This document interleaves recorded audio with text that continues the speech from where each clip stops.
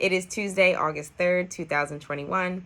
I am Ashley Pollard here for today's edition of Tuesday Talk, where we review common real estate and mortgage-related terms. Today's term is lien, and a lien is a financial claim against a property, and it provides security for debt of a property owner. So there's two types of liens. First is specific, and a specific lien is against one specific parcel of property. So that is a mortgage lien, property taxes, utility liens.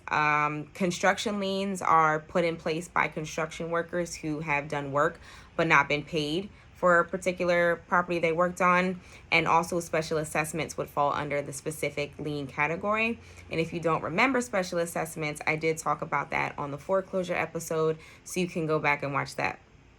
Now, the second type of liens are general liens. And general liens are going to affect everything that you own. That's going to be your house, your cars, everything.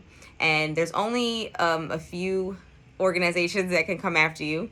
One is the IRS. They will come for everything that you own. Another type of general lien are going to be judgments, which are issued by the court. And an example of that is going to be child support. Also, inheritance taxes are general, and debts of deceased persons are general liens. So that will cover all of the property that that particular person owns. Now, one question is, what is the effect of a lien placed against your property? So if a lien is not repaid, then the lien holder has a right to seek payment, and that would usually come from a court sale. So a couple things to note are that liens attach to the property, not the owner. So to prevent a court sale, the owner could seek a buyer who is going to take the property with the liens and satisfy them on their own terms. And that next owner is not really responsible for those liens. But what can happen is the lien holder, again, if they want to enforce the payment, the new buyer could potentially lose that property. So if you are buying a property that has liens, or you're suspecting that there's liens involved, or you don't know but you want to find out, definitely make sure you understand what amounts are owed, who the people are that are owed, and understand your options for moving forward.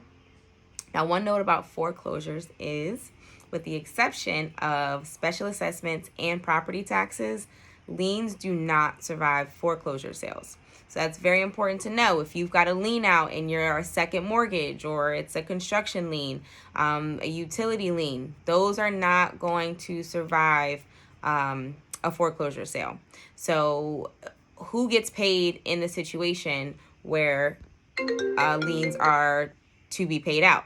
First priority always goes to property taxes and special assessments, and then the priority goes to the person who filed the lien in the public record next. So if you've got a situation from 2005, but you did not apply or file that lien into public record until 2007, that's what the date is that's going to reflect. It's going to say 2007. So that's very important to know, especially if you are a lien holder. You have to file that in the public record. So liens are they're not terrible. There are options, but you want to make sure you reach out to someone who can talk you through those options. And if you need an attorney, reach out to me so that I can connect you with some awesome attorneys who can answer the questions that you need and get you the assistance that will allow you to be successful. If you have any questions for me, please reach out. Otherwise, I will see you next Tuesday. I appreciate you tuning in for today's Tuesday Talk. Have a positive and productive week.